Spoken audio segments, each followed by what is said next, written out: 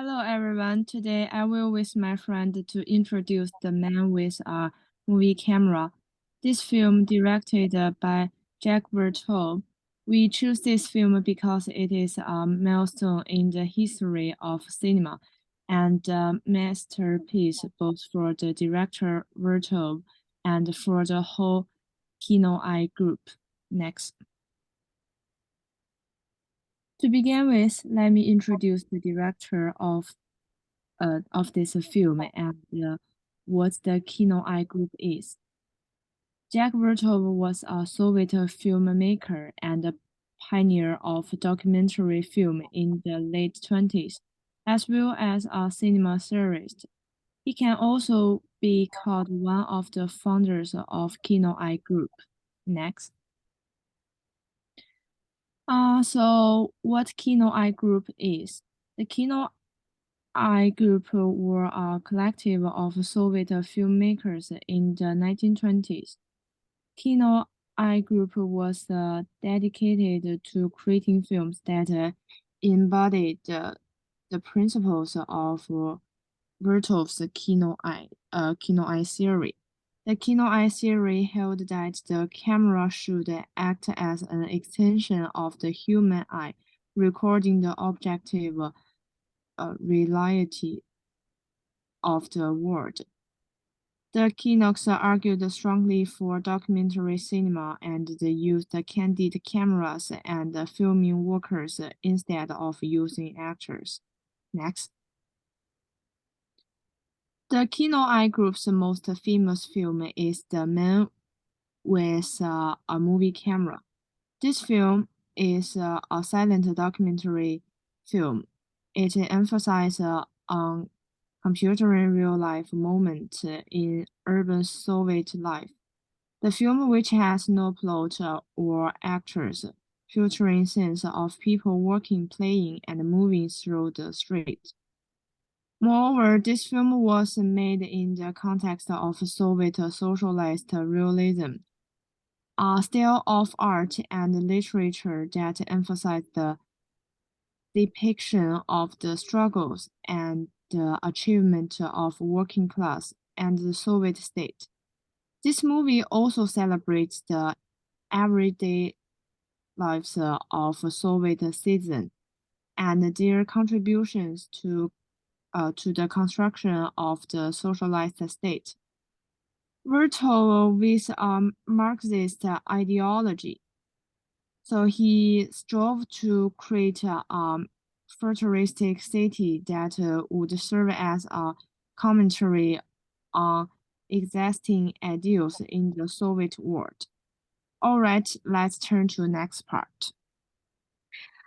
Now I'm gonna talk about the special things of this documentary film. First of all, this documentary film records the city scenes of Moscow, the people in the street, the trains, and so on.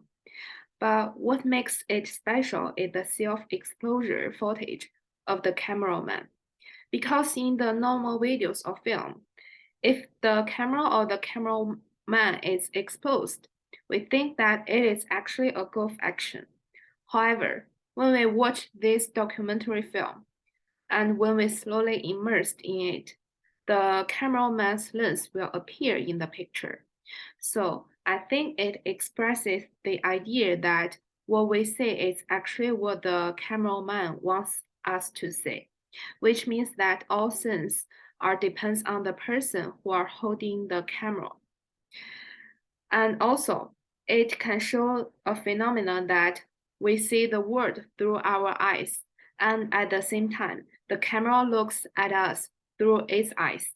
Therefore, these aspects match its name, the man and the movie camera.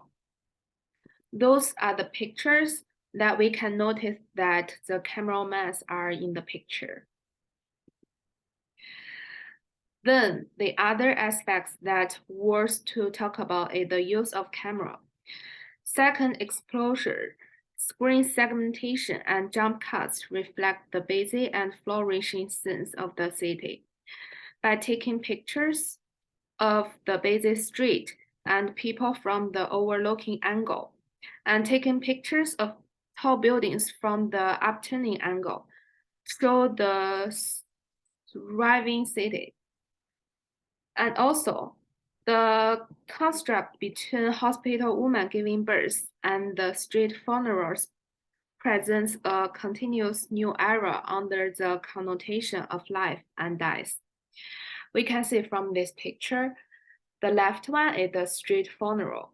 The middle one is a mother who is giving birth to a baby. And the left one is the marriage. So they are showing a comparison. Then the deconstructed lens makes it seem that the narrative is not so clear, but it can still record these ordinary life pictures from the girl's perspective through this special lens, showing the vivid sense of the life of the Soviet people in that era and expressing the essence of the spirit on that times.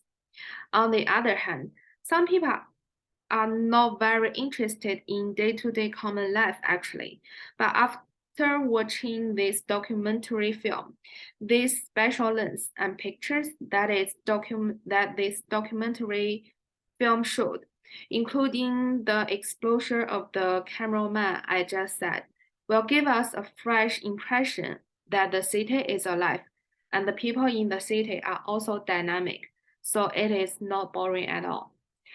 Next one, please. Okay, so I will talk about the themes that this movie plans to show to the audience.